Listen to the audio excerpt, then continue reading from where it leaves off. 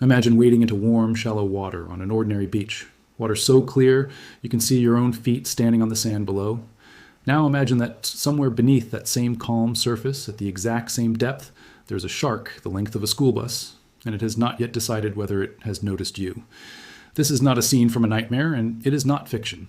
This is simply what an ordinary swim would have looked like almost anywhere on Earth's oceans for tens of millions of years, long before anything resembling a human being ever existed to be afraid of it. If the fear of deep, dark water, of not knowing what enormous shape might be gliding silently beneath you, has ever kept you standing at the shoreline instead of walking in, you should probably be relieved you were not born a few million years earlier. Because the ocean you know today, the one with sharks big enough to frighten a diver, whales large enough to sink a boat, is, by comparison, remarkably calm. There was a version of Earth's oceans where nearly everything living in the water was built specifically to kill, hunted by something even larger, and nothing, absolutely nothing, was ever truly safe simply by being big. This is the story of that ocean and of the creatures that made it, without exaggeration, one of the most genuinely terrifying environments our planet has ever produced. Let's set the stage properly, because understanding just how different this ancient ocean was requires understanding just how much time we're actually talking about. When people picture prehistoric, the image that usually comes to mind is dinosaurs walking across dry land. And it's easy to assume the ocean during that same era was simply a calmer backdrop to all that land-based drama. It wasn't. While dinosaurs were evolving and diversifying above the waves, the oceans below were running their own, entirely separate arms race, one that stretched across hundreds of millions of years and produced predators that, size for size, rival almost anything that has ever existed on land. And this didn't happen all at once, in one single era. It happened in waves, one terrifying lineage of ocean predator rising, dominating for millions of years, and eventually disappearing, only to be replaced by something equally, and sometimes even more, monstrous. To really understand this ocean, we need to travel backward through several of those waves, starting with one of the earliest and strangest of all. Long before anything resembling a shark, as we know it, patrolled the seas, back during the Devonian period, a stretch of time roughly 380 million years ago, the oceans were ruled by an armored fish that looked less like an animal and more like a slow-moving battle tank built from bone. Its name was Dunkleosteus, and instead of teeth in the traditional sense, it had two long, blade-like bony plates lining its jaws, sharpened simply through the act of grinding against each other every time it opened and closed its mouth. Its head and the front portion of its body were encased in thick, armored plating, and estimates place its length somewhere between 5 and 10 meters depending on the specimen, a genuinely massive size for this early point in the history of vertebrate life. What makes Dunkleosteus specifically unsettling isn't just its size, it's the sheer mechanical brutality of its bite. Researchers who have studied its jaw structure have calculated that Dunkleosteus was capable of generating an extraordinarily powerful bite force at the tip of its jaw, among the strongest of any fish, living or extinct, allowing it to shear through the armored shells and plating of other heavily protected fish species that shared its waters, animals that had evolved their own thick defensive armor, specifically because so much of the ocean around them was actively trying to kill them. And in one of the more darkly fascinating footnotes to this creature's story, fossil evidence, including partially digested remains found alongside Dunkleosteus fossils, strongly suggests that this animal was, at least on occasion, a cannibal, willing to turn on members of its own species when the opportunity or necessity arose. In an ocean already this hostile, apparently, not even being the same species as your neighbor guaranteed your safety. Move forward roughly 200 million years into the Jurassic period, and the ocean's dominant predators had changed entirely. No longer armored fish, but massive marine reptiles, air-breathing creatures that had returned to the sea and evolved into some of the most efficient ambush hunters the ocean has ever produced. Among the most infamous of these was Liopleurodon, a short-necked pliosaur with an enormous head and powerful paddle-like flippers built for explosive bursts of speed. Liopleurodon has an interesting reputation worth being honest about, because it became genuinely famous, largely through a well-known television documentary decades ago that presented it as an almost impossibly gigantic creature, sometimes cited at lengths approaching 25 meters, numbers that spread widely and are still repeated across the internet to this day. The more careful, fossil-supported reality is considerably smaller, though still formidable.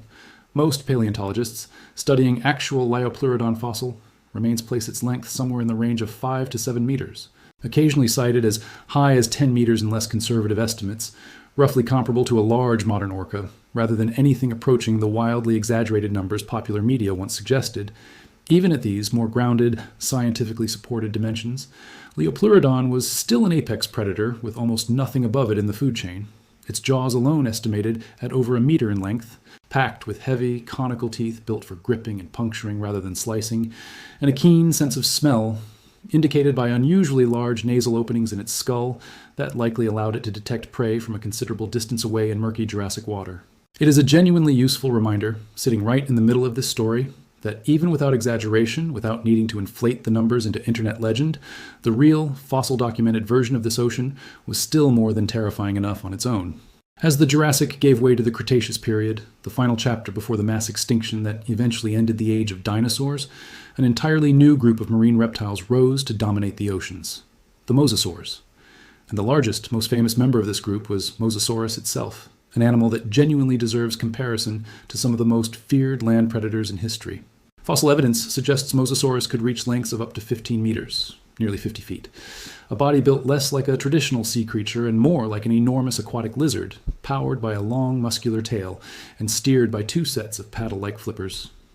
Its skull carried a strong resemblance to a crocodile's, lined with rows of sharp, conical teeth. And, in a detail that makes it particularly unsettling to imagine, Mosasaurus possessed double-hinged jaws, a flexible joint structure that allowed its mouth to open unusually wide, and, more disturbingly, to accommodate prey being swallowed whole rather than needing to be torn apart first. This was not a delicate, cautious hunter.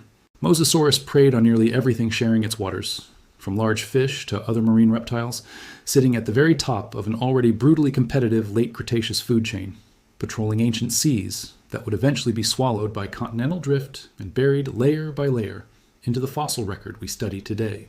If Mosasaurus represents raw power and size, one of its contemporaries represents something arguably stranger and more unsettling. An entirely different approach to survival, built not around brute force, but around one of the most bizarre anatomical structures ever produced by evolution. Helicoprion was a cartilaginous fish, a relative of modern sharks, that lived slightly earlier than most of the other creatures in this story, appearing in oceans roughly 270 million years ago. Its most famous and genuinely strange feature was its lower jaw, which housed a spiraling whorl of teeth, curling inward on itself like some kind of biological buzzsaw.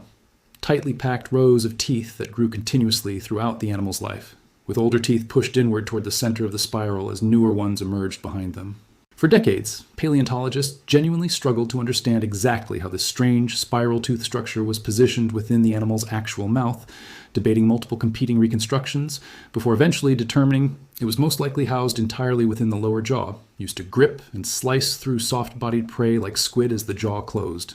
Estimates place Helicoprion somewhere between 3 and 5 meters in length, modest by comparison to some of the other creatures in this story, but there is something particularly unsettling about an animal whose central weapon isn't simply a mouthful of teeth, but an ever-growing, ever-spiraling wheel of them, a permanent, self-renewing blade built directly into its own jaw. Not every ancient sea monster relied on jaws and teeth as its primary weapon of terror, however. Consider Elasmosaurus and its close relative Albertonectes. Plesiosaurs distinguished by a feature so extreme it borders on the surreal, a neck making up nearly half of the animal's entire body length. In the case of Albertonectes, the longest-necked animal ever confirmed to have existed, that neck alone was built from an extraordinary number of vertebrae, stretched out into a long, serpentine structure attached to a comparatively small head and a stout, heavy body propelled by 4 large paddle-like flippers. Scientists still actively debate exactly how these creatures used that extraordinarily long neck while hunting, whether it allowed for a kind of slow, stealthy approach, letting the bulk of the animal's body remain at a cautious distance while the head alone crept close enough to strike at schools of fish, or whether it served some other, still poorly understood hunting strategy entirely. What's beyond debate is how strange and specifically unsettling the image itself becomes once you picture it clearly. A massive body drifting calmly in deep water, seemingly distant and non-threatening, while an impossibly long neck, capable of reaching much farther than the creature's overall size would suggest, swings slowly and silently toward you from an angle you were never watching. And then, later still, roughly 23 million years ago, stretching forward until as recently as around 3.6 million years ago, came the animal that most people already associate with this era of ocean history more than any other. Otodus Megalodon, universally known simply as Megalodon, widely considered the largest predatory shark that has ever existed on this planet. Fossil teeth attributed to Megalodon have been recovered at lengths of up to 18 centimeters, roughly 7 inches, serrated and heart-shaped, dwarfing even the largest teeth ever recorded from a modern great white shark, which rarely exceed about 3 inches even in the largest individuals.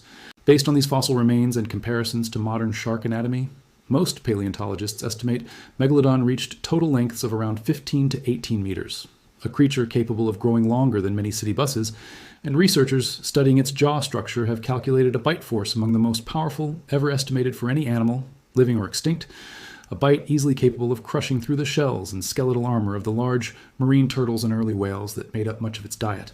To put its predatory role into proper context, modern great white sharks, animals that already terrify most people at a maximum length of around 6 meters, would have represented little more than an appetizer-sized meal to a fully grown megalodon. It hunted whales. Not occasionally, not as a rare and desperate act, but as a core, sustained part of its regular diet, alongside seals and large sea turtles whose shells posed no meaningful obstacle to its bite. Megalodon patrolled warm oceans worldwide with fossil evidence recovered on nearly every continent for millions of years, sitting at the absolute top of its ecosystem with essentially nothing capable of seriously threatening a fully grown adult. What ultimately ended this reign, and the reign of nearly every other massive predator in this story, offers one of the more genuinely thought-provoking parts of this entire history, because it wasn't a single dramatic event for most of these animals. The way an asteroid ended the age of the dinosaurs, and alongside them, the mosasaurs and long-necked plesiosaurs that had dominated late Cretaceous seas.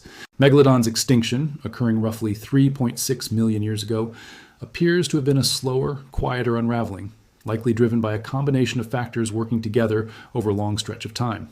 Shifting global climate patterns, changing ocean temperatures that altered the availability of warm coastal waters Megalodon likely depended on, a decline in the large marine mammal populations that made up much of its food supply, and increasing competition from other emerging predators, including the ancestors of the great white sharks that would eventually inherit at least part of its old ecological role.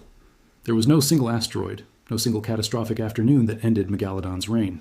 Simply the slow, patient erosion of an ecosystem shifting beneath it, until the conditions that had allowed the largest predatory shark in Earth's history to thrive for millions of years quietly stopped existing at all.